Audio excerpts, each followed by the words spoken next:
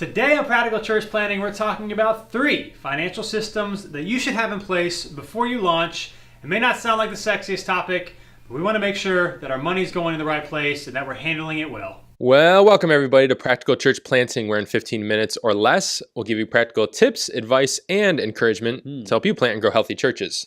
My name is Brian Drosian. Joining me is Dylan Dodson, and today we're talking about 3 financial systems that your church needs prior to launch. And Brian's not only going to lead them for us today, I also want to let this disclaimer go. If you've already started your church plant and you haven't done these things, you should still do them. So even though you may have not done them beforehand, you can still implement them now. If you haven't started up yet, Brian is a wise old man, and he's going to let us know what we should have in place. Well, the great thing about this is most of these can be handled and can be taken care of pretty much right away. Sweet. So the first one we'll get started with is you need to have a system for online giving. System for people to be able to give online. This may seem like an obvious one, but if you haven't launched yet and it hasn't crossed your mind, it's something you need to get on top of. The day and age we live in, people want to be able to give online. Nobody carries cash. And there's other options. I've seen churches with kiosks and stuff like that. I think it's kind of weird. I don't know. But you need to have an option for online giving, an option for people that they can automate their giving. They can give at the same time every month. And that may seem obvious, but that's something that I think needs to be in place early. And not only that, I mean, you definitely need to have it by the time you launch. Yeah. Hopefully you've set it up even before you launch. Oh, because totally. If you're raising funds and all that sort of thing, and even if you are, maybe you're doing a residency or you're raising money through another church and they have everything set up, as soon as you can, you want to transition it to your own church's stuff. So that's how we did it at New City. I did a residency at a different church. So at the beginning, everyone gave through this other church. But as soon as you can transition to your own thing, you want to do that, because when you leave someone else's giving platform and create your own, everyone has to re-input their card information or their bank information or their automatic withdrawals and that sort of thing. And so the more people you have on an old system, the more people you have to transfer. Yeah, this is definitely one that you want to get in place as early as possible, because fundraising is a long process and you're going to be raising money for a while, and you need people to be able to, regardless of what stage of fundraising you're in, be able to give online. Yes. Yeah. So you want to have a support, and it's really helpful too. So for us at New City Church, because we had one, right away, it translated to most of our giving before we launched was online, because there wasn't many other people could mail checks, but there wasn't many other ways to give. But also now it's set it up to where, probably, I don't know, it's more than I do. My guess is around 80 to 85% of our income, right? At least, maybe more. At least, is online. And here's another benefit of online giving: is that online giving is not dependent on people showing up on a Sunday. Yeah. In other words, if they miss a Sunday, or like in North Carolina, sometimes it snows and we freak out in Raleigh, and so we cancel. If they give online, especially if it's automated, it's not dependent on them actually showing up. And so there's a lot of great reasons why you want to have online set up as soon as possible, but definitely by the time you launch. You need to have a way right away where people can sign up, do automatic giving, make it as easy as possible for people to give. Yes, and I am of the camp of, I'm not afraid to change things if things need to be changed, but this is one that if you can, don't change it. Yes. So there are different companies and things to go with. I would do your research and go with the one, and stick with the one that you're going to go with, because a little bit down the road, trying to transition everyone to start giving in a new platform is going to be complicated. I can share who we go with. Obviously, they don't sponsor us or anything like that, but we use a company called Subsplash that people can give online through. They've been great, but there's plenty of others that do the same thing. But do the research, use whatever you're comfortable with, but use it and stick with it unless you absolutely have to change, because changing is going to be a nightmare. So side note, if you're about to launch, or you have launched and you're we don't have online giving set up yet, that's a great idea. I don't know why we haven't done it.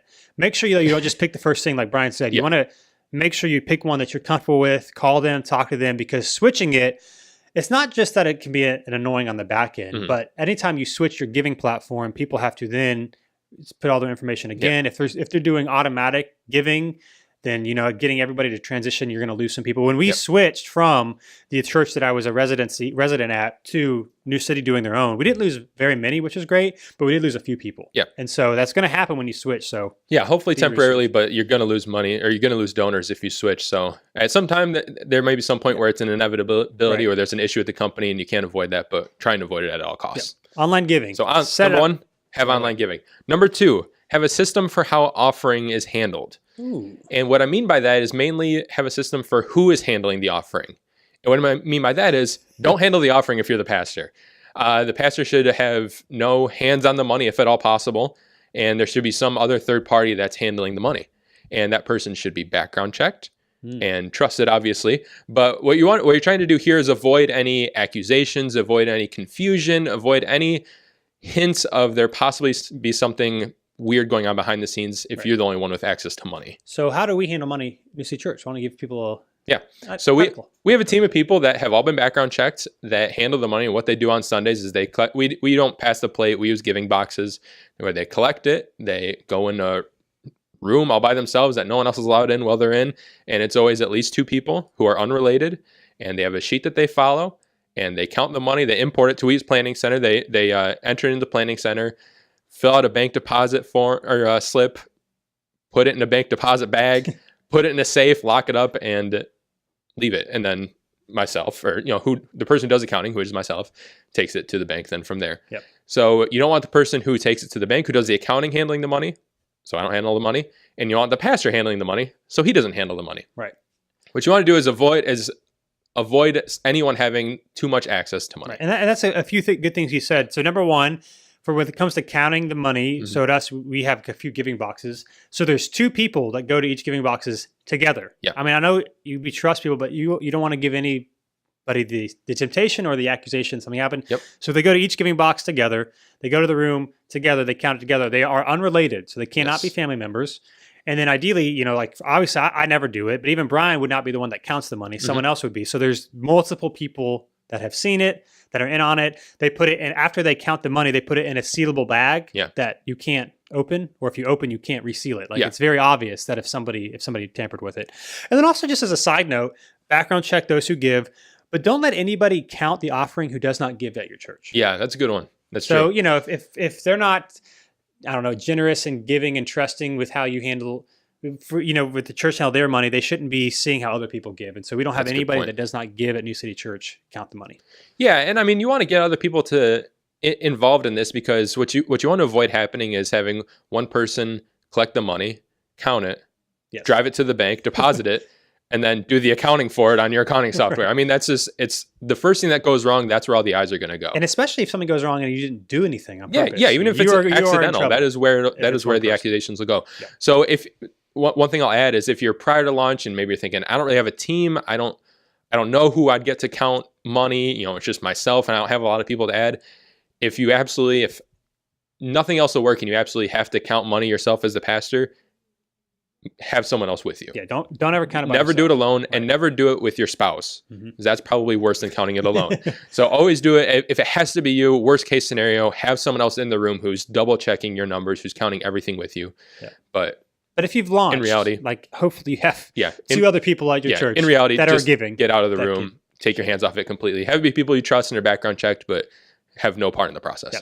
That's good. Yep. So number 1, online giving. Number 2, a system for how offering is handled. And number 3, a system for accountability in your books. Tell me about accountability in my books, Brian. Accountable accounting. We can call it accountable accounting.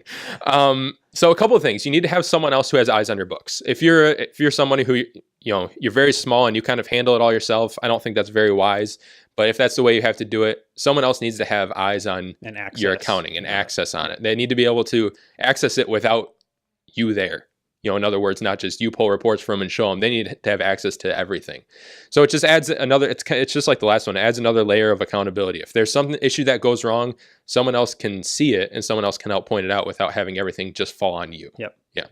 Another thing I'd add is have something in place to where if somebody wants to see your books in your congregation, you have something to show them. Obviously, you don't have to give them access to QuickBooks, but have something to show them so that your budgets and how you're spending your money and how you're spending their money that they're giving is transparent. Yep. That you're being accountable with the money that you're given. Yep. And for us too, what this looks like is I don't do any of the book stuff, A, because it's not wise, but B, because it stresses me out. But I can see our books.